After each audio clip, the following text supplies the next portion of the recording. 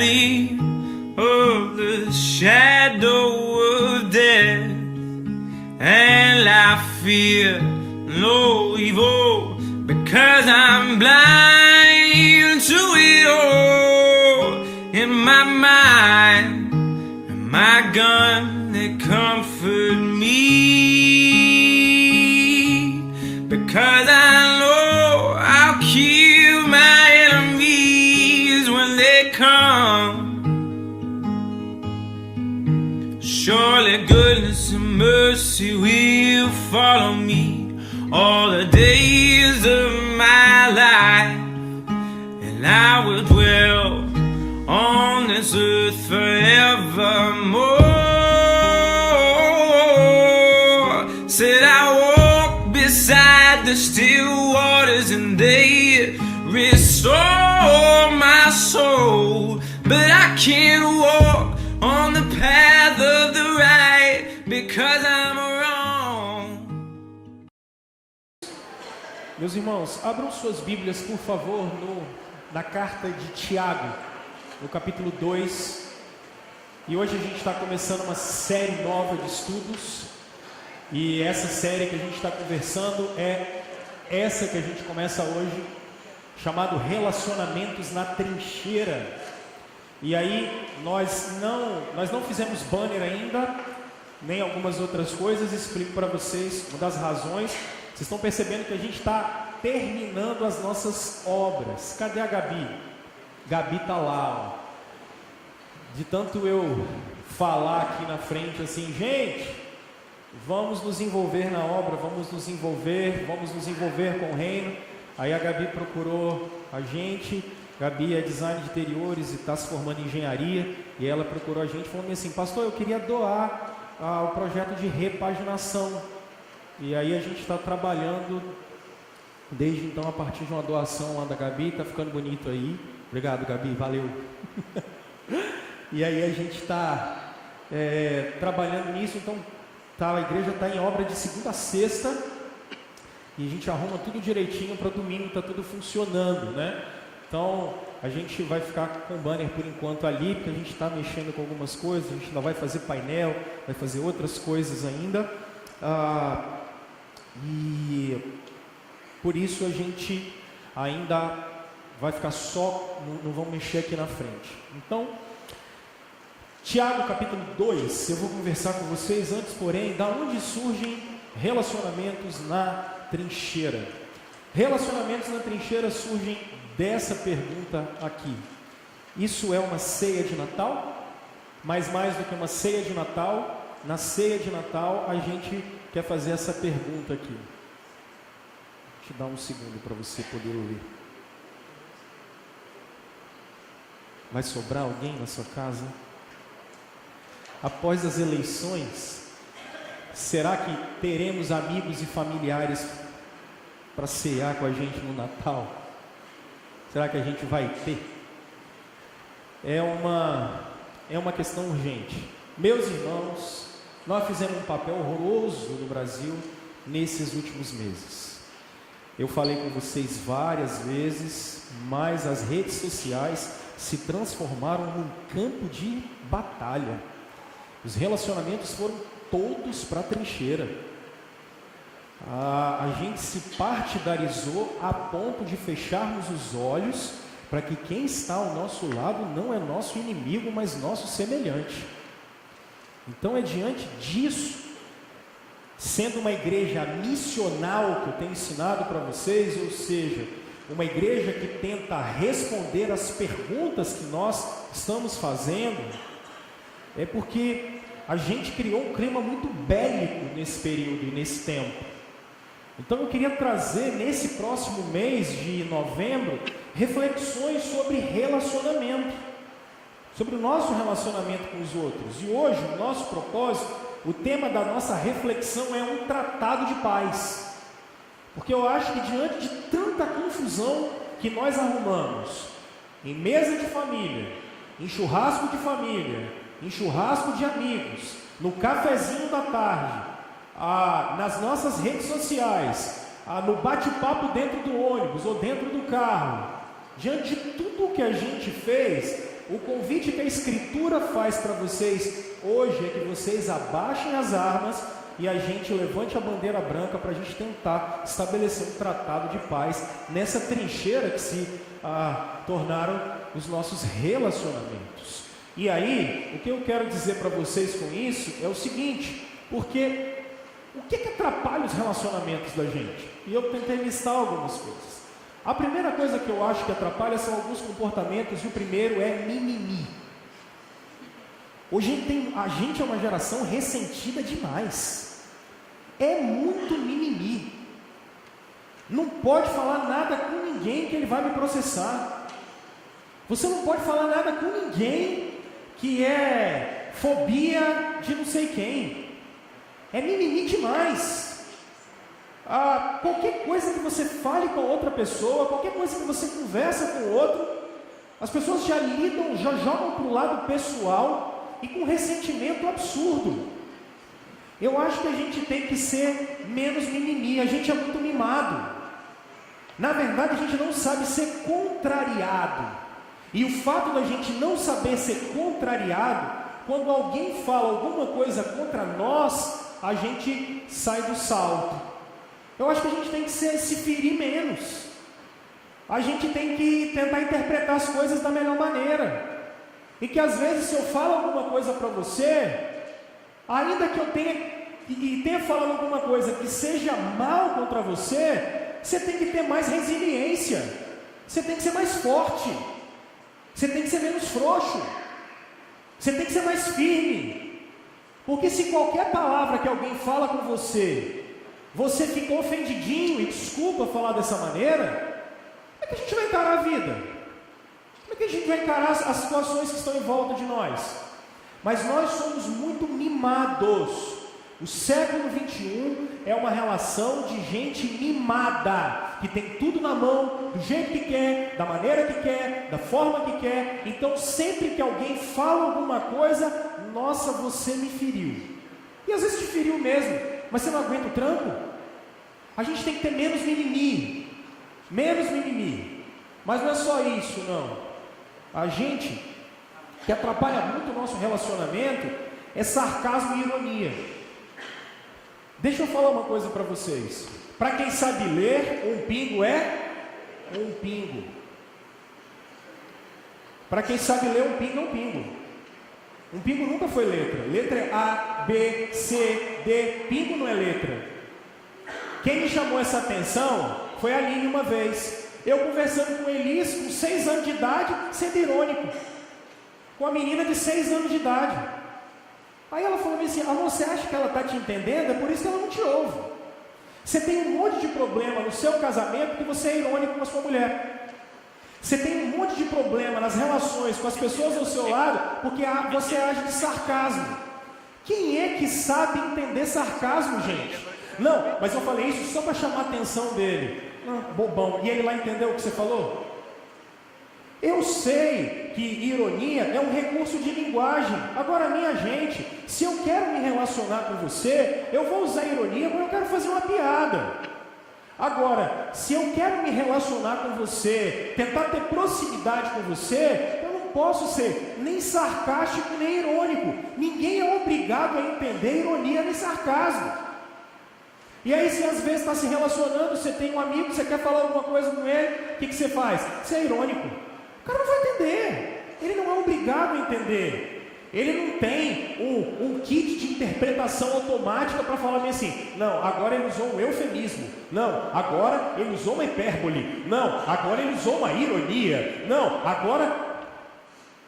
Ei, o problema do mundo é comunicação. Então, quando você conversar com as pessoas, você tem que tentar ser o mais claro e direto possível. Porque, como diria o grande profeta Orlando de Vargas, comunicação é o que você entende.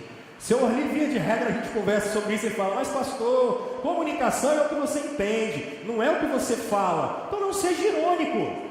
Você quer comunicar com seus filhos? Você quer comunicar a sua opinião?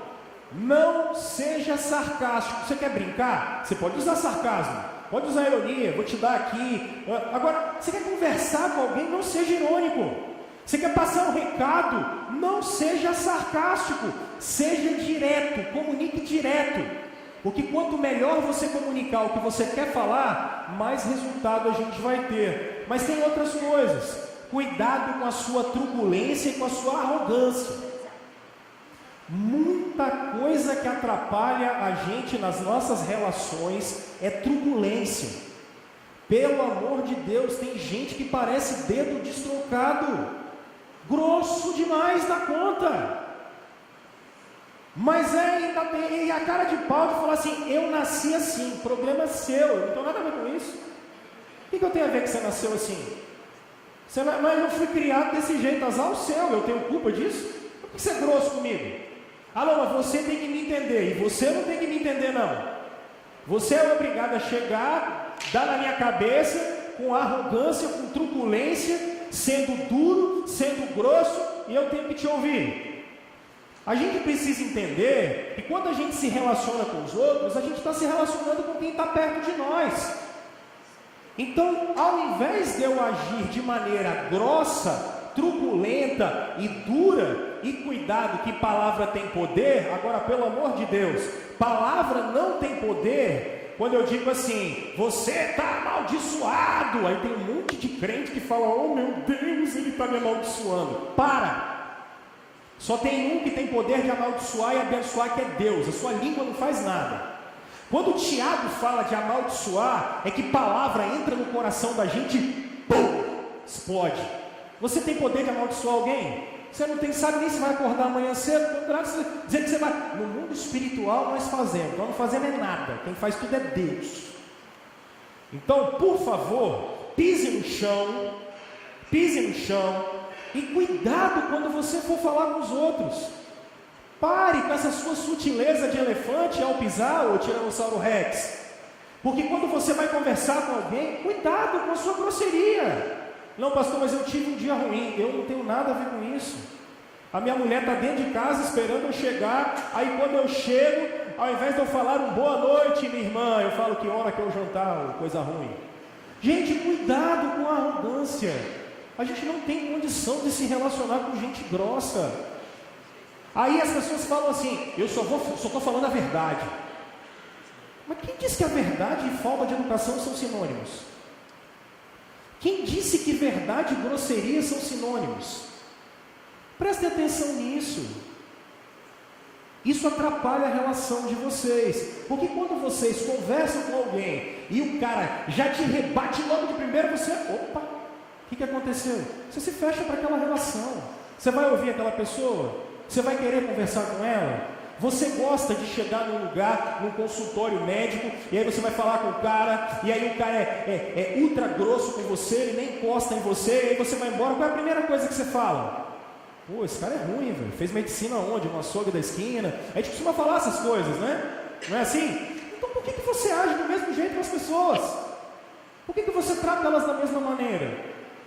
E quando a gente usa ironia, sarcasmo, é cheio de mimimi, a gente não quer se relacionar com as pessoas. Você simplesmente se afasta dela. Aí tem algumas pessoas às quais você já não se relaciona com elas há muito tempo, por conta de coisas como essa. Mas vamos continuar. Vamos? Continuar. Aqui vai. E lá? Travou aí, irmão? Então, outra coisa é autoritarismo.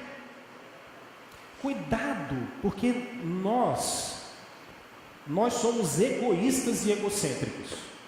Nós achamos que o mundo tem que girar em torno da gente. Então, tudo tem que ser do seu jeito. E aí, cuidado, duas formas aqui. Porque alguns de vocês são manipuladores, e aí vocês querem tudo do seu jeito.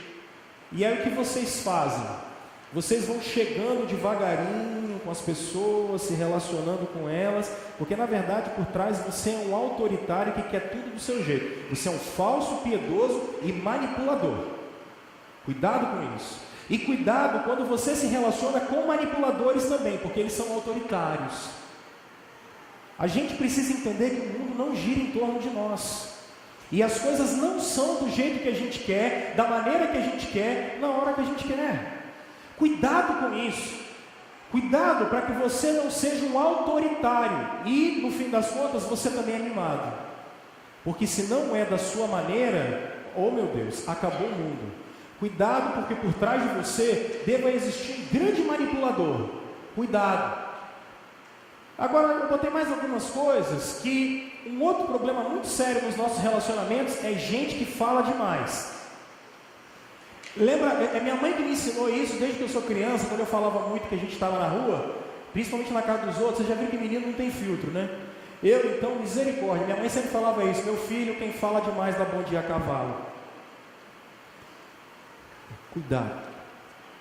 Não fale o que vem na sua cabeça. Sempre tem um copo de água perto de você.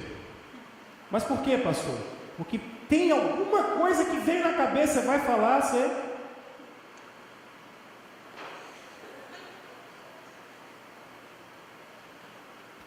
Dá tempo de pensar. Falaram? Opa!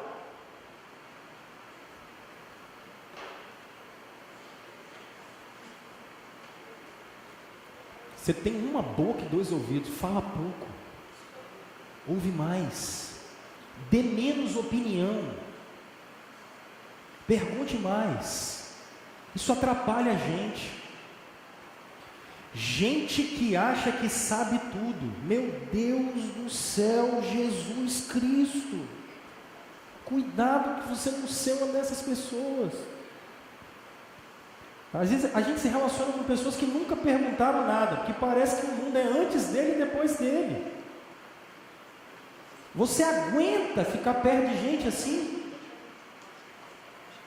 Então não seja desse jeito.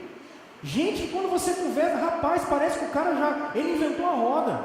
O mundo sem ele não funciona. Sobre a vida do outro, cara, ele sabe tudo. Misericórdia. Esse aqui, rapaz, não, esse aqui ele é assim por causa disso. Pergunte mais. A virtude da vida está em não saber e descobrir. Isso atrapalha a gente ao se relacionar com as pessoas. Mas também, gente, cuidado com essa rapaziada. Gente que diz sim para tudo. Tem uns caras que eles parecem boneco de posto. É sempre assim. Cuidado, porque esses caras não se mostram. Eles são vaselina. Gente que nunca tem opinião para nada. Ele nunca consegue ser contrário a ninguém. Cuidado, não seja assim. E cuidado com essa galera. Eu não estou falando para você brigar, daqui a pouco eu vou falar. Mas cuidado, tem uns bonecos de posto aí que eu vou te contar, cara. Na verdade, essa rapaziada não se mostra. Como é que você vai confiar nessa gente? Então cuidado ao se relacionar assim. Eu estou falando isso, se você tem esse comportamento, isso vai te atrapalhar a fazer amigo. Isso vai te atrapalhar a desenvolver relacionamentos. Isso vai te atrapalhar a desenvolver a sua vida com quem está do seu lado. Cuidado. A primeira coisa que hoje a gente tem que chegar aqui a uma conclusão é de que a gente não é perfeito e nem está próximo à perfeição. Mas a gente precisa aprender e aprender muito. Uma outra coisa que é necessário, que atrapalha muito o nosso relacionamento, são os temperamentos. Isso aqui é algo de 4 séculos antes de Cristo, os gregos já falavam disso. Você precisa talvez entender quem está se relacionando com você. Porque às vezes você está se relacionando com alguém que é sanguíneo. Ou você é sanguíneo, então você precisa se conhecer. Porque os sanguíneos, eles costumam ser muito comunicativos, resilientes, adaptados, eles são entusiastas. Eles chegam e você já vê que a atmosfera mudou. Só tem um problema. São completamente impulsivos, falta a atenção deles, são completamente superficiais. Eles são exagerados até não poder mais. Eu acho que eu sou meio sanguíneo. A Aline fala sempre comigo assim: amor, eu nunca vi ninguém tenso como você. Por quê? É porque eu como um salgadinho. Aí eu falo assim: gente, que troço bom. Mas é muito bom. Não, é bom demais, cara. Cara, de verdade, prova aqui, cara. É muito bom. Esse é o sanguíneo.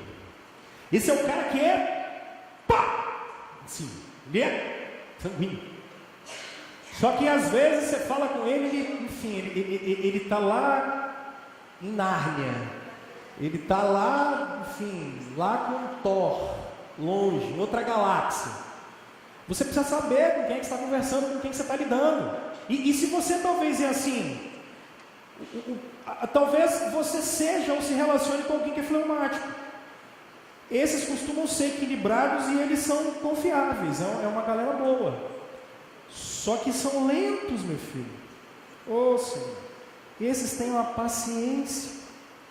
Eles são resistentes à mudança, mas esses são assim: você quer frango ou você quer peixe?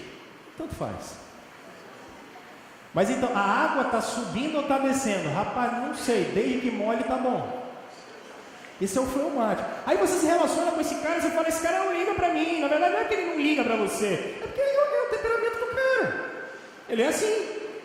Não, a questão não é que tanto faz como tanto fez. Mas enfim, se a gente vai comer, sei lá, nem sei, um restaurante bom, se a gente vai comer um churrasco no espeto de prata, ou se a gente vai assar na air fryer em casa, para mim, tá bom, esse é o fleumático.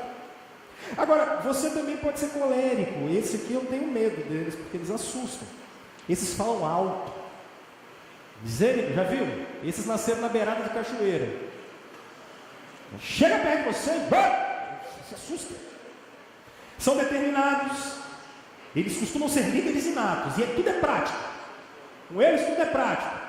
Esses costumam ser os maridos gambiarreiros. Sempre quando você chega na casa você vê um colérico. Sempre tem um parafuso pregado, um cano amarrado. Esse é o prático. Para ele. Só que qual o problema? É imensamente egocêntrico. Esses costumam nunca estar errados mesmo. São intolerantes e paciência não é um dos seus maiores adjetivos. Você tem que olhar isso. Talvez você seja assim, ou você se relaciona com pessoas que são assim. Por fim, existem os João Bacamartes. Ó vida, rosa! São melancólicos até não poder mais. Esses costumam ser mais depressivos, mas são extremamente leais, dedicados e sensíveis. Problemas são egoístas, pessimistas e são completamente inflexíveis. A gente precisa saber com quem a gente está lidando. A gente tem que saber que a gente está lidando com quem está em volta de nós. Alguns de nós nunca gastamos tempo para conhecer os nossos filhos direito. Alguns de nós nunca gastamos tempo para poder conhecer as pessoas que estão em volta de nós. O grupo do trabalho, pessoas que trabalham com a gente há 10, 20 anos, a gente não conhece as pessoas. Não conhece marido, não conhece mulher, não conhece pai, não conhece mãe. E aí a gente não sabe como lidar com essa gente. Porque eu não posso tratar ele do mesmo jeito que eu trato ela. Isso é ponto. Isso é fato. Não há dois seres humanos iguais. Então eu não posso tratar ele como eu trato ela. Mas aqui eu começo a entrar num período mais complicado, porque o que atrapalha às vezes os nossos relacionamentos é que a gente não observa o sexto mandamento, que é não matarás. A gente não observa isso. E eu não estou usando o texto hebraico quando Jesus diz não assassinarás ali em Êxodo 20 no hebraico. Eu estou usando a interpretação de Jesus quando ele diz Mateus 5, 21, vocês ouviram o que foi dito aos seus antepassados, não mate, quem matar será julgado. Mas eu lhes digo que qualquer um que ficar com raiva do seu irmão será julgado. Ô gente, nós já fomos para o inferno hoje quantas vezes? Vocês já ficaram com raiva de mim quanto aqui? E eu já fiquei com raiva de vocês e de um monte de gente à minha volta. E Jesus continua: quem disser ao seu irmão, você não vale nada, mas eu gosto de você, não é a mesma coisa, será julgado pelo tribunal. E quem chamar o seu irmão de idiota, estará em perigo de ir para o fogo do inferno. Rapaz, se Jesus levar esse negócio ao pé da letra com a gente, prestem atenção na profundidade da lei de Deus. Prestem atenção. Agora imagina se Jesus fosse julgar você só pelo período eleitoral e por tudo que você escreveu para os outros nas suas redes sociais. Em qual degrau do inferno você estava hoje? Só pelo que você... Se Jesus pegasse só o seu WhatsApp, aonde você estava? A gente precisa prestar atenção, meus irmãos. Não matar aqui. Quando Jesus diz, eu porém vos digo, sempre no Novo Testamento, nosso Senhor, Ele está ampliando o leque da lei. Jesus está ampliando, inclusive, o que você sente, o que você pensa do outro. É por isso que Paulo, em Filipenses capítulo 4, a partir do 6, ele vai dizer em que pensar. Por isso ele diz: por isso, meus irmãos, tudo que é bom, tudo que é puro, tudo que é amável, se é de boa fama, se alguma virtude há, se algum louvor existe, seja isso que permeia a mente de vocês. Se vocês têm que guardar alguma coisa, guardem o coração de vocês. Cuidado, porque eu não posso me relacionar com quem está em volta de mim. Por pior que ele seja, eu não tenho autorização para me relacionar com ele de outra forma, senão de maneira amorosa. Então cuidado com o seu coração, cuidado com a sua língua, cuidado com a sua inveja, cuidado com o seu ego, cuidado com o que você pensa do outro, cuidado com o que você sente do outro. Cuidado com isso, cuidado com isso.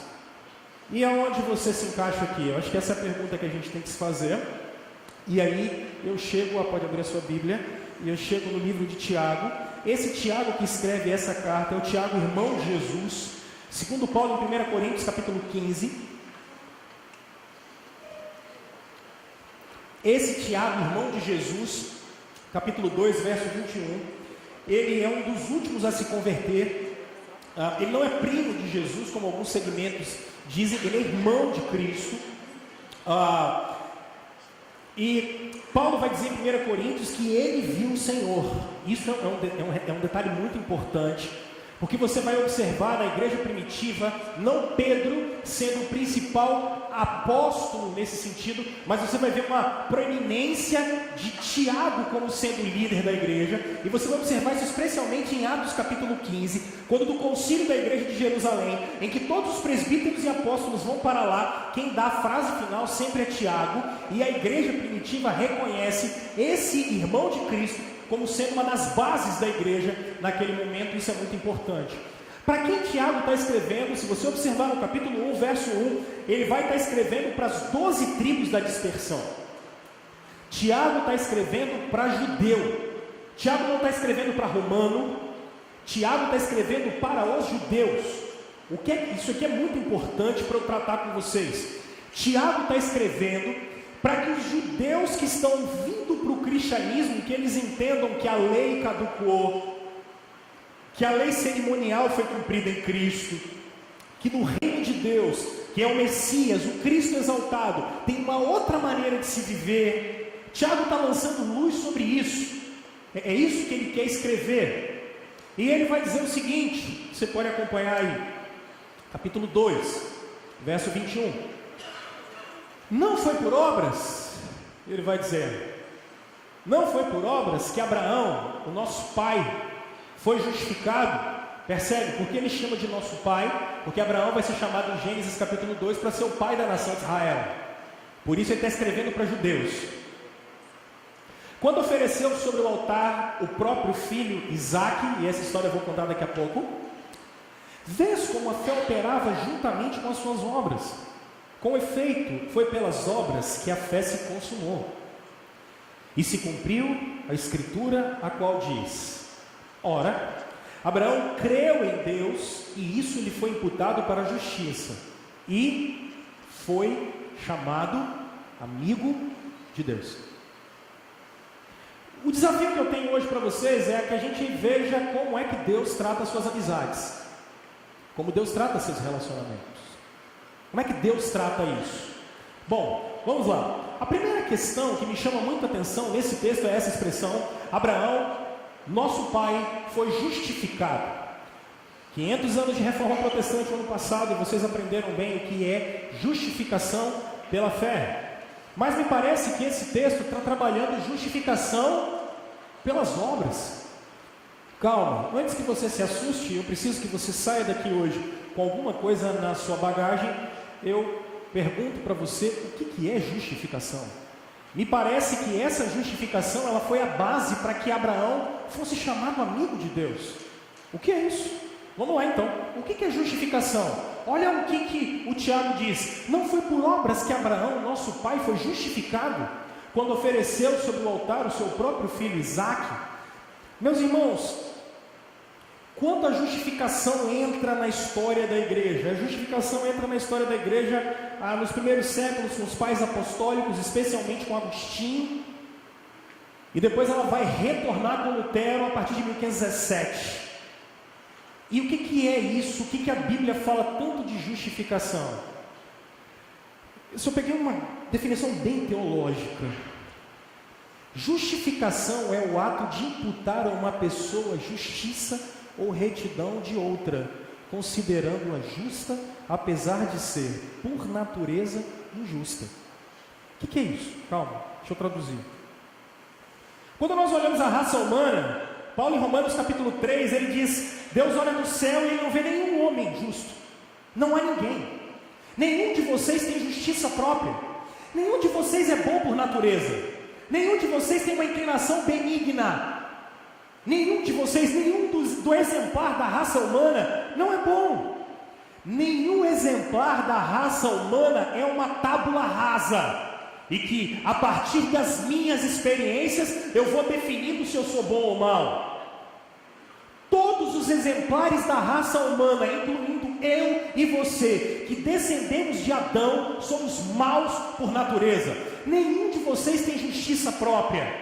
E quando eu quero dizer justiça própria, nenhum de vocês pode chegar diante de Deus e querer pleitear nada. Nada. Todos os homens que a glória de Deus se manifestou sobre eles na Escritura sempre caíam com o rosto em terra. Porque a presença de Deus é algo que nem eu, nem você podemos imaginar.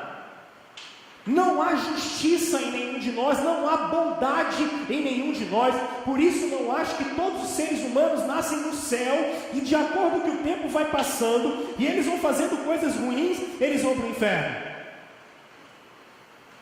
Todos os homens nascem debaixo da ira de Deus e condenados por Ele. Todos, inclusive você. Todos.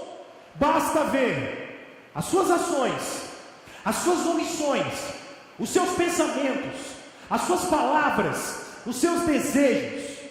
Para Deus não há pecado, pecadinho e pecadão. Para Deus uma omissão ou um pensamento é a mesma coisa, é algo contra Ele, é contra a natureza dEle. Então quando Deus olha para mim e para todos vocês, o que Deus e a única sentença que Ele tem para a raça humana é condenados. A justificação é exatamente alguém entrar no seu lugar.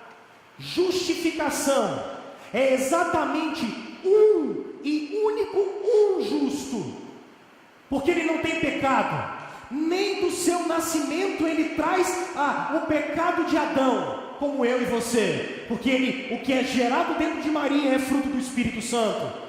E ele entra nessa terra sem pecado algum, a ponto de alguém olhar para ele e dizer: quem de vocês vai me convencer de pecado? Porque ele não tem pecado nenhum. Os próprios demônios ouviam a sua voz e ajoelhavam. A criação ouvia a sua voz e ajoelhava. Os mortos ouviam a sua voz e levantavam da tumba. E ele caminha como uma ovelha muda para o matadouro, sem pecado nenhum, porque o salário, o soldo, o pagamento do pecado é a morte. E quando o nosso Cristo, nosso Deus, nosso Senhor, Ele está abrindo os braços daquela cruz, Ele está levando todo o pecado daqueles que nele creram. Porque quando Ele está naquela cruz, Ele está levando o que é seu. Quando Ele está naquela cruz, Ele está levando o que é meu. Quando Ele está naquela cruz, Ele está levando a maldição que é minha. Ele está levando o pecado que é meu. Ele está levando o peso das minhas omissões, o peso dos meus pensamentos. Ele está levando e olhando cada hora que eu fui contra você e contra Deus. A cruz é isso. E o sangue de Jesus derramado é aquilo que nos purifica de todo o pecado. Porque se por um lado Ele leva a minha maldição, por outro lado eu sou adotado por Deus e sou chamado de filho amado. E se por um lado Ele está levando a minha dor, por outro lado eu estou herdando os lugares celestiais com Ele. Isso é o Evangelho, gente. Justificação é quando aquilo que é de Cristo, o único Filho de Deus, é atribuído a mim. Justificação é quando Jesus, o Rei dos Reis, vai nos chamar de reis com Ele. É quando Jesus, o Senhor dos Senhores, vai nos colocar sentado ao lado dEle e nos levar para entrar no trono celestial de glória com Ele. Isso é justificação.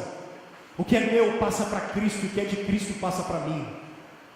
É por isso que automaticamente quando nós estamos em Cristo não existe condenação para nós. É por isso que só João 14,6 e só a partir de Cristo a gente se relaciona com Deus.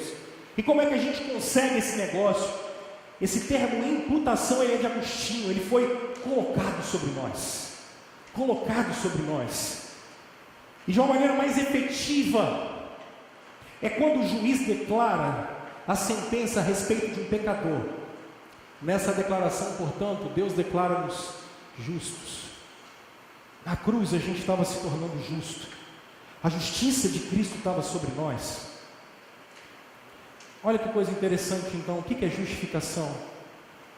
Primeiro, é uma coisa que acontece fora de nós. Isso acontece no tribunal de Deus. Salmo 75, o supremo juiz do universo. E todos nós passaremos por lá. Todos nós nos encontraremos com o Senhor um dia. Creia você, não crendo você, você se encontrará com o Criador um dia. Não é, Júnior? Isso aí. Você vai se encontrar com o Criador um dia. A grande questão, quando Paulo diz que nós já estamos crucificados com Cristo, é que os crentes já foram julgados na cruz. Ouve o que eu estou dizendo. Os crentes já passaram pelo tribunal de Deus na cruz. Na cruz, Deus estava pegando as nossas dívidas, pecados, encravando-as na cruz. Nós não seremos julgados para salvação no final, porque nós já fomos julgados na cruz. Entendem isso? E é por isso que salvação é uma coisa que não se perde, porque o tribunal de Deus, quando ele bateu o martelo, era quando o seu filho estava tomando o meu e o seu lugar naquela cruz. Isso não aconteceu aqui dentro, isso foi um ato que Deus fez na história. A nossa culpa foi removida. Por isso que Paulo diz, já não há condenação para aqueles que estão em Cristo Jesus. Porque o juiz estava no céu. E nós, os culpados, estávamos olhando, enquanto o único santo e puro estava naquela cruz tomando o nosso lugar, para que a nossa culpa fosse retirada. Deus, o Pai, quando olha para a gente, Ele diz que inclusive o nosso passado foi apagado. O nosso futuro está nas mãos dEle. O nosso presente também. Nós fomos julgados naquela cruz. Isso não muda a sua vida interior, porque isso aqui não é santificação. Falo disso um outro dia. E isso aqui acontece uma vez por todas. O dia que Deus declarou que alguém é justo, esse cara é justo por toda a vida. Por isso, gente, na justificação, tudo que é de Cristo passa para o pecador, e tudo que é do pecador passa para Cristo. Esse é o Evangelho. É isso que a cruz significa. A pergunta que eu tenho para fazer para vocês aqui é: vocês foram justificados? Você passou pela cruz de Jesus e você entregou os seus pecados a Ele. Você que está aqui há 50 anos, você que entrou aqui hoje a primeira vez, você que é jovem, você que é adolescente, eu quero entender, eu quero conversar com você sobre isso. Você foi justificado. Você tem certeza da sua salvação? Você tem certeza do perdão de pecados? Você está tranquilo diante de Deus? Você entende que o que era seu passou para Ele, e o que era dele passou para você? Quanto é preciso pagar, pastor, para isso? Porque a gente talvez tenha que se perguntar, como é que funciona? Como é que Deus olha para mim e me chama de justo? Mesmo todos os dias eu pecando. Simples. Percebe aqui que o Tiago vai perguntar, não foi por obras que Abraão foi justificado? Então, se eu fosse espírita hoje, eu diria para vocês, façam boas obras. Façam boas obras para o espírito de vocês evoluir. Se eu fosse um estoico, um grego, macedônio, eu diria, faça boas obras, para que no dia que você morrer, você fazer parte do todo absoluto e não ter a sua alma eliminada. Mas não é isso. Quando o Tiago está falando de boas obras, Tiago não está falando que é o que você faz, que faz você ser bom diante de Deus. Porque nenhum de vocês merece. Nenhum da raça humana merece. Isso é legalismo. E você não entendeu o Evangelho. Porque alguns dizem, nossa, olha o que Tiago falou, está contra o que Paulo falou. Quando ele diz, tendo sido, pois, justificados pela fé. Mas é pela fé ou pelas obras? Eu faço alguma coisa ou eu não faço isso? Bom, isso é uma besteira. Por quê? Eu botei isso aqui só para vocês pesquisarem depois. Na igreja primitiva, esse é o primeiro manuscrito que a gente tem, é o Códice Vaticanus. Olha como é que ele era formado. Isso aqui é a Bíblia que a igreja primitiva usava. Tem alguns bobões que eles ainda dizem que foi a igreja católica que fechou a Bíblia. Fala sério. Esse é uma cópia do que eles já usavam desde o primeiro século. Isso é cópia. Isso aqui se chama assim porque isso aqui está lá na biblioteca do Vaticano. Então, não, foi a igreja católica que fechou a Bíblia, foi Constantino. Besteira. Besteira. Crítica bíblica não aceita isso. Olha só, olha o que a Bíblia quer essa igreja ali, a igreja primitiva. Os evangelhos, Atos dos Apóstolos. Aí ele tinha depois as epístolas católicas, que significam universais. E só depois as epístolas de Paulo. Olha como é que era a Bíblia da igreja primitiva. Porque a nossa é assim, ó. A nossa Bíblia tem Mateus, Marcos, Lucas, João, Atos. Depois vem Romanos, que é Paulo, Gálatas, Efésios, Filipenses, Hebreus. Aí Tiago vem aqui no final. Porque as epístolas católicas Tiago, Hebreus, 1ª, 2ª, 3ª, João e Judas. Elas vinham na frente. Olha aqui como é que era a Bíblia deles, ó. Mateus, Marcos, Lucas, João, Atos, Tiago, Hebreus, 1ª, 2ª de Pedro. Assim que era a Bíblia antiga, depois que vinha Paulo. Pastor, o que isso tem a ver? Simples.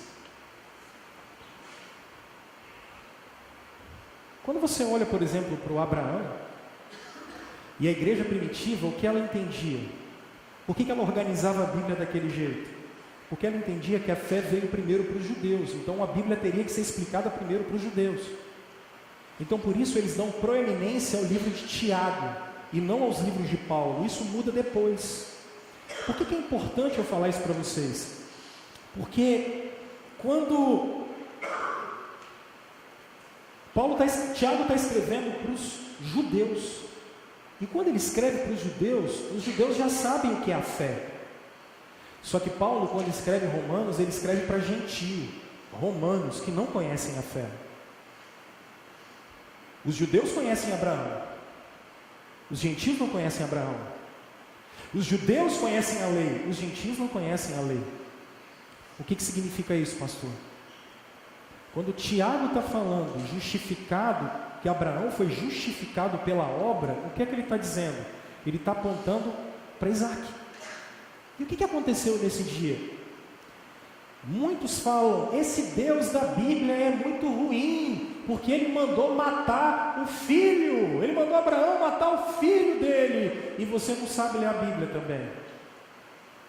Porque em Gênesis capítulo 12, foi dada uma promessa para Abraão, ele tem um filho, e desse filho a descendência ser chamada. Qual é o problema? O que Abraão faz uma década depois? Ele pega Agar, que é a escrava dele, e ele tem um filho com ela, certo? Deus aparece e fala, ei, a minha descendência não vai ser chamada em Ismael, a minha descendência vai ser chamada em Isaac. Alguns anos depois, praticamente 15 anos depois, Deus então dá um filho para Abraão, e esse filho é Isaac. E aí o que Deus vai fazer? Abraão, esse é o filho da promessa. Tá, Deus, esse é o filho da promessa. Abraão, você acredita em mim mesmo? Porque há 14 anos você não acreditou em mim não. Você foi lá e teve um filho com outra mulher. Você acredita em mim mesmo, Abraão? Acredito, Deus. Então me dá seu filho. Mas Deus, esse não é o filho da promessa. Me dá o seu filho. E aí Isaac vai para a pedra. E o que Abraão vai fazer? Abraão vai matar ele. Mas por que Abraão vai matar ele? Abraão vai matar ele. E aí Deus aparece e fala assim, não faz nenhum mal com esse menino. E aí aparece um cordeiro e eles sacrificam um cordeiro. Isso aqui é uma tipologia de Cristo. Olha o livro de Hebreus explicando esse episódio para a gente, para você nunca mais usar isso aqui de cunho político. Lê para mim até a primeira vírgula. Tá, opa! O que Abraão fez pela fé? Quando Deus o pôs à prova, ele ofereceu Isaque. Aqui. Então não foi pelas obras, foi pela fé. Como sacrifício. Aquele que havia recebido as promessas estava a ponto de sacrificar o seu único filho, embora Deus lhe tivesse dito: por meio de Isaque a sua descendência será considerada. Abraão levou em conta que Deus pode ressuscitar os mortos, e figuradamente recebeu Isaque de volta dentre os mortos. O que Deus fez? O que Abraão fez naquele contexto? Ele falou bem assim: olha, eu confio, eu tenho tanta fé na sua promessa que eu vou matar o meu próprio filho, e como a sua promessa é verdade, você vai trazer ele de volta. É isso que esse texto significa. Abraão creu. E o que Tiago está falando? Como é que Abraão deu prova que ele acreditava em Deus? Entregando o filho dele. Então deixa eu te dizer uma coisa. Ninguém é justificado, ninguém recebe a graça de Deus, ninguém recebe o perdão de Deus por alguma coisa que faz. A sua vida só demonstra que você crê, e pela fé você recebe o que Cristo tem para te dar. Pela fé você recebe aquilo que Jesus tem para dar. É por isso que salvação é só pela graça e é só pela fé. Então esse texto não tem problema nenhum em relação a isso. Você é salvo pela fé. A justiça de Cristo é dada para você através da fé. E aí, minha gente, a relação de Deus com Abraão, Tiago vai falar que ela vai ser dada e firmada na justificação. O que significa isso? Por que Abraão pôde ser chamado amigo de Deus? Porque ele recebeu o perdão de Deus. Abraão vai ser chamado de amigo de Deus porque ele foi perdoado. Abraão pode ser chamado de amigo de Deus porque ele cooperou com Deus. Como ele recebeu perdão, eles podem ser amigos. E o que significa isso, gente? A relação da gente, do crente com as outras pessoas, ela tem que ser balizada pela justificação. Como assim, pastor? João fez alguma coisa comigo, beleza? Por que eu tenho que perdoar o João? Porque é moral? Porque é legal? Eu preciso perdoar o João porque eu fui perdoado primeiro. Eu tenho que perdoar o João porque eu fui alvo do perdão de Deus. E se eu fui alvo do perdão de Deus, o que é que ele espera de mim? Que eu perdoe também. Porque a justiça de Cristo foi aplicada a mim. Então por que eu não vou aplicar a justiça de Cristo na vida dele? Se eu sou reflexo de Cristo. Por que eu não vou amar vocês? Se quando eu era pecador, ele resolveu me amar. O que eu quero que vocês entendam é que a cruz tem um desdobramento maravilhoso aqui, gente. A cruz existe para quebrar você no meio. A cruz existe para quebrar tudo aquilo que você acha que é verdade. Então, se eu estou pregando para pessoas aqui que trazem mágoas do passado, de pessoas, eu quero te convidar a conhecer a Jesus Cristo, para que a partir do perdão dele ministrado a você possa ministrar perdão ao outro. A partir da amizade que ele estabeleceu com você estabeleça amizade com o outro, porque ele sempre te interpreta da melhor maneira. Por que você não pode interpretar o outro da melhor maneira? Porque ele sempre está aberto a te ouvir, e a justificação garantiu isso. Então por que você não pode estar aberto a ouvir os outros? A nossa relação ela é sempre embasada na cruz de Cristo. Aí, só para eu poder terminar, caminhando para o fim, eu acho que em primeiro lugar, gente, a gente precisa entender que os nossos relacionamentos, eles são assim. Alguém fica com dano, mas alguém fica com bônus. Algum dia você beneficiou Deus em alguma coisa? Seja honesto. Você fez algum favor para Deus algum dia? Em que ele olhou e falou: muito bem, meu servo amado, olha, se não fosse você, o dia não clareava hoje. Uau! se não fosse você o movimento das marés, ele continuaria do mesmo jeito. Olha, Deus sempre fica com dano na relação minha e sua com Ele. Você nunca fez favor para Deus. Ele sempre fica com dano. A gente sempre é omisso. A gente sempre é ruim. A gente nunca dá confiança para Ele. Ele ama a gente tem um coração duro. Ele abraça a gente não quer ficar perto dele. Ele nos dá o bem supremo, que é a graça do seu Filho, e de conhecer o seu Filho, e a gente tem um coração duro. E Lutero dizia que todo pecado que a gente comete, antes ele é um pecado contra o primeiro mandamento, porque sempre que eu peco contra você, eu estou pecando contra Deus primeiro. Sempre que eu pequei contra você, antes eu fui um idólatra, e eu pequei contra Deus. Então, meus irmãos, por que a gente não pede perdão? A gente não pede perdão porque a gente tem medo. A gente tem medo de ser descoberto. A gente tem medo de alguém falar assim: ih, descobriram. Ih, me pegaram. Ih, o que vão pensar de mim agora? Agora deu errado. Por quê? Porque a gente não pede perdão por causa da nossa soberba e da nossa imagem. A gente não pede perdão porque a gente quer que as pessoas achem que o mundo gira em torno de nós. Só que a gente precisa entender que às vezes na minha relação com vocês vão ter que ser instrumento de Deus na minha vida.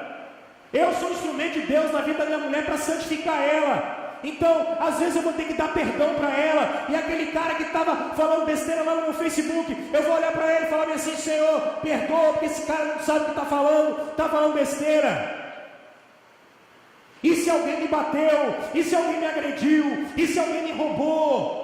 E se alguém tenha feito o que for, porque nosso Cristo estava naquela cruz, sendo esbofeteado, sangrando, e Ele estava olhando para a gente, e ficando com todo o dano, e se Ele ficou com dano, você também pode ficar, e eu também posso ficar, porque eu não sou maior do que o Rei dos Reis, eu não sou maior do que Ele, só que eu sou soberbo, assim como você. Prestem atenção. Deus tem uma relação com a gente em que Ele absorve o nosso dano todo o tempo. Então, quando você se relacionar com as pessoas, aprenda a perdoar. A gente também não pede perdão porque a gente está separado do outro. Isso é pecado.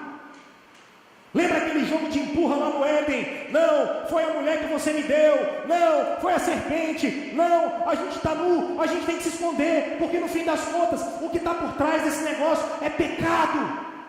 É pecado. Você não pede perdão porque é pecador. É por isso. Se arrependa do seu pecado. Se arrependa da sua soberba. Se arrependa dessa imundícia. E volte para ter o caráter de Cristo. Porque Ele que é Senhor, Ele age assim. Então você também pode pedir perdão. Você também pode se humilhar. Ou você é melhor do que Cristo. Ele venceu a morte e você nem sabe morrer. Ele teve que morrer no seu lugar. Porque nem para isso você presta. Nem para isso. Não escolheu o dia que vai nascer, não escolheu o seu nome, não escolheu nada, não escolheu nem a época que ia nascer. Quem é você? Quem é você? E se Ele nos ensinou isso, meus irmãos, humilhem-se diante de Deus, humilhem-se debaixo da mão dEle e peçam perdão a quem vocês tiverem que pedir perdão. Mas eu vou mais a fundo. Às vezes a gente não pede perdão porque a gente acha que vai piorar as coisas. Covardes. Aprontou. E não é homem o suficiente, era homem para aprontar, mas não é homem para pedir perdão. A gente acha que vai piorar as coisas. Piorar? Você já fez besteira, meu irmão. Já estragou o negócio. Não dá para piorar mais não. Bota teu rabo entre as pernas e pede perdão. Porque aonde a verdade existe, você pode arrumar graça. Aonde existe perdão, você pode encontrar graça. Agora, onde não há perdão, aonde o coração só bate e volta a palavra de Deus, um coração duro, você nunca vai poder aproveitar a graça de Deus. Nunca. Preste atenção nisso. Vamos lá.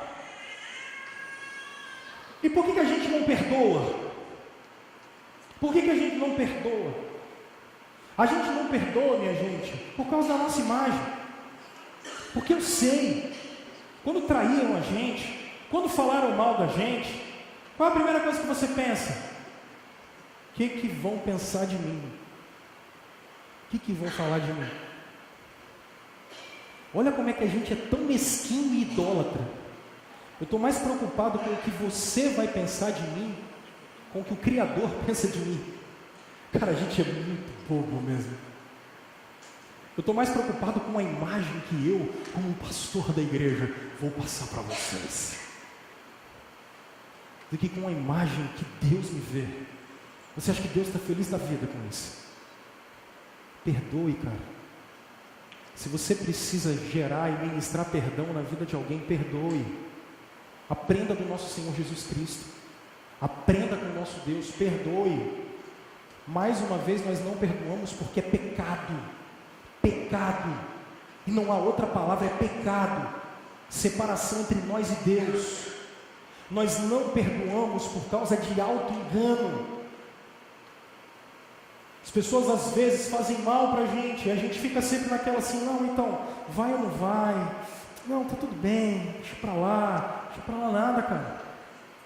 Deixa eu falar isso aqui com vocês. Risca essa frase do demônio da sua vida. Tempo não resolve nada. O que tempo resolve? Briguei com o João, não, deixa o tempo passar, porque o tempo resolve tudo, tá bom. Então, você vai chegar na sua casa hoje, faz esse favor para mim, e bota lá, Rômulo pediu. Você vai pegar lá, como é que faz bolo?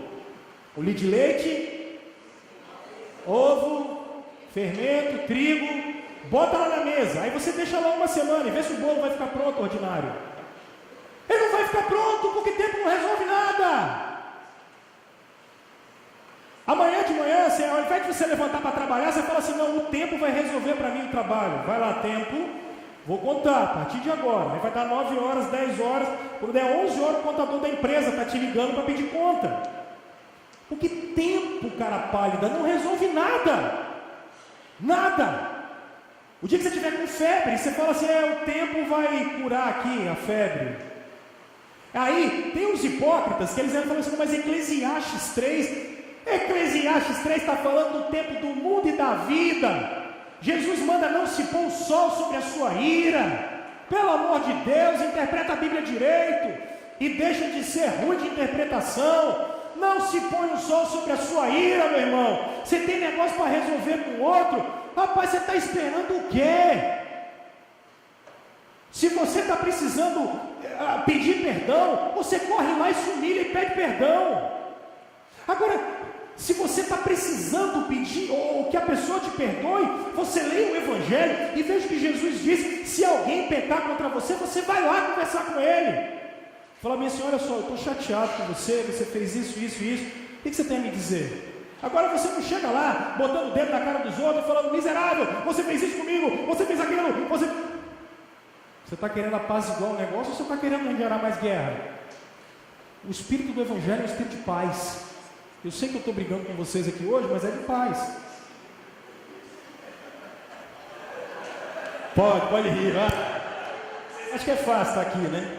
Eles acham que é gostoso, é legal. Pois eu sofro uma semana. Gente, perdoar não é esquecer. Esquece. Perdoar não é esquecer. Não dá para esquecer. Perdoar não é esquecer. Quando a Escritura diz que Deus não se lembra dos nossos pecados, não quer dizer que Deus não tem amnésia. Ou Deus tem amnésia. A gente não tem amnésia. Não dá para esquecer, gente. Pessoas nos feriram. Pessoas nos machucaram. Ou nós ferimos pessoas. Machucamos pessoas. Doeu. Pessoas sofreram. Perderam noite de sono. Você já foi ferido por alguém. Você sabe como é, seja na infância, na adolescência, seja do jeito que for, na idade adulta, no seu casamento, na sua relação com alguém, você foi ferido por alguém, você sabe o que é isso. Perdoar não é esquecer, gente. Ninguém aqui tem amnésia, espero que não tenha. Senão é Alzheimer. Espero que não tenha. Perdoar não é esquecer. Não é. Olha bem para mim agora, por favor. Perdoar não significa, às vezes, você voltar até a mesma relação com aquela pessoa. Às vezes é impossível ter. Às vezes a ferida foi funda demais e profunda demais. E às vezes isso envolve família, envolve amigos, envolve trabalho. Às vezes a gente não consegue. Não se culpe por isso.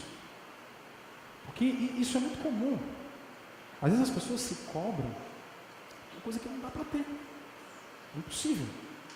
Perdoar não é voltar às vezes a ter a mesma relação. Em alguns casos dá. Mas em alguns casos não dá. E se não dá, o que a gente pode fazer? Você precisa mensurar isso. Perdoar não é deixar para lá, gente. Dor não é curado deixando para lá. A relação da justificação, Deus não deixou para lá. Deus veio resolver o problema com a gente. Deus veio resolver o problema. Se você precisa resolver o problema, ele tem que ser resolvido. Agora, perdoar é um processo. E quando eu boto aqui, por favor, eu já tinha até pensado nisso. Pastor, você falou que o tempo não resolve nada. Eu sei que o tempo não resolve nada. Mas o tempo é nosso aliado. Por quê? Porque às vezes, gente, perdoar é processo. Perdoar às vezes é processo. Processos que duram um dia, um mês, uma semana, 10 anos, não sei. Perdoar é processo. Nos relacionarmos com o outro é processo. Restabelecer a relação e aí por isso que eu coloco, embora exista uma lembrança, o sentimento de amor e reconciliação toma conta de nós e por isso a gente quer restabelecer o laço com aquela pessoa. Você vai ter que ficar com dano. Você vai ter que ficar com a dor. E ao invés do sentimento de ódio, de raiva, o sentimento de amor tem que invadir o seu coração. E você vai se voltar para a cruz. E aquilo que aconteceu na cruz precisa ser refletido na sua vida. E pedir a Deus que tem o bálsamo da cura dele para invadir a sua alma e curar você. Deixa eu passar aqui. Estou acabando já, tá? Mesmo. Gente, é uma relação de recomeço. As nossas amizades sempre são relações de recomeço. Deus recomeçou com Isaac. Isaac vacilou com Deus. Abraão. Abraão vacilou com Deus. Abraão vacilou com Deus. Os dois tinham um pacto. Em Gênesis 15, Deus deu a palavra dele, cara, que ia dar uma descendência. Quando dá no capítulo seguinte, cara, o Abraão trai a confiança de Deus. E o que Deus fez? Além de ficar com dano, Deus falou: Abraão, você acredita em mim mesmo? Bora recomeçar? Bora recomeçar a nossa amizade?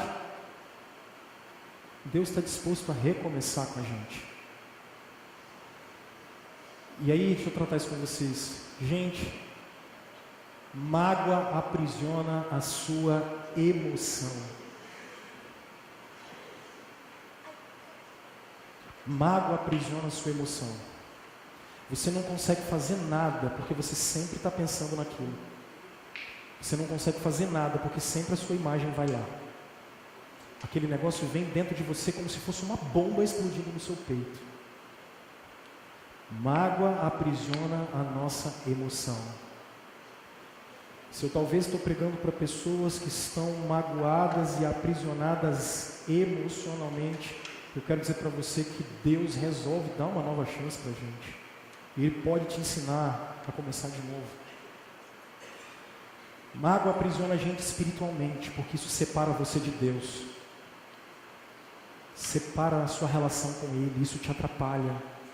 Mágoa faz a gente perder um tempo danado. Porque quando eu estou magoado com a minha cara metade aqui, ao invés de eu estar perto dela para aproveitar os melhores momentos da minha vida, eu simplesmente não quero ficar perto dela. Porque eu estou com o meu espírito e eu estou completamente emocionalmente comprometido. Mágoa é um inferno. E não carregue isso na sua vida de ninguém. Assim como Deus não ficou magoado com Abraão, você também pode ser curado disso. Perdão liberta.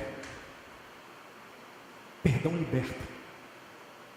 Perdão não liberta quem fez com você, não. Perdão liberta você.